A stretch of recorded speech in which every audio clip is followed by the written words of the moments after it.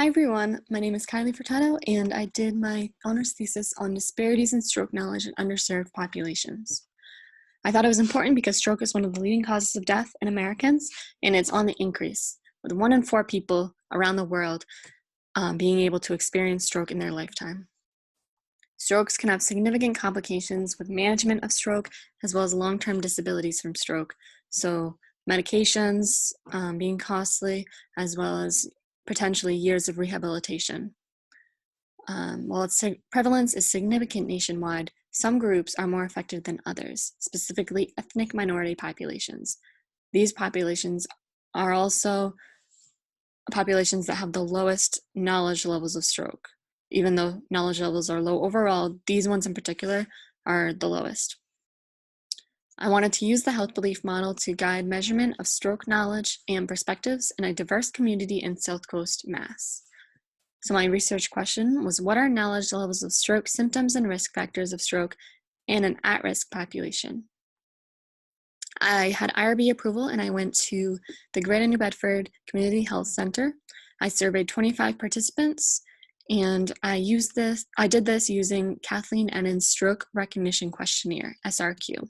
Scores had the ability to range from a 0, meaning they got none right, to 40, meaning highest scores indicating greater knowledge levels of stroke.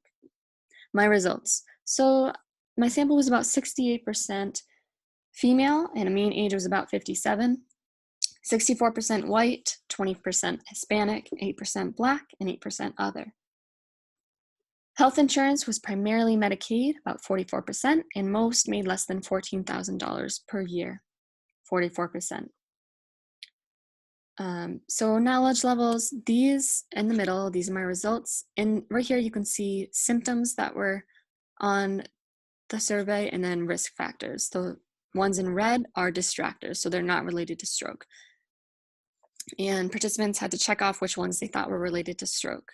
So mean score for proper identification of stroke symptoms was 14.36 out of 20, and for risk factors, it was 13.35 out of 20. Total scores was about a 69%. So knowledge levels, there was a deficit there. And this coincides with numerous studies showing that low knowledge, it's important because low knowledge could link to inadequate and untimely stroke intervention and higher risk for long-term disabilities.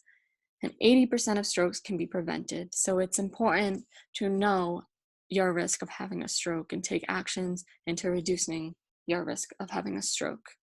Preventative strategies and educational campaigns should be targeted towards areas of disparities like people of low income, of Black race, of low educational attainment, not being able to have transportation to healthcare facilities, stuff like that, and using health management theories like the one I did to study how knowledge translates to behavioral changes. Primary prevention is of course important, and that's why I think education regarding stroke can definitely be improved and targeted towards areas that have high risk factors. Thanks for looking at my poster.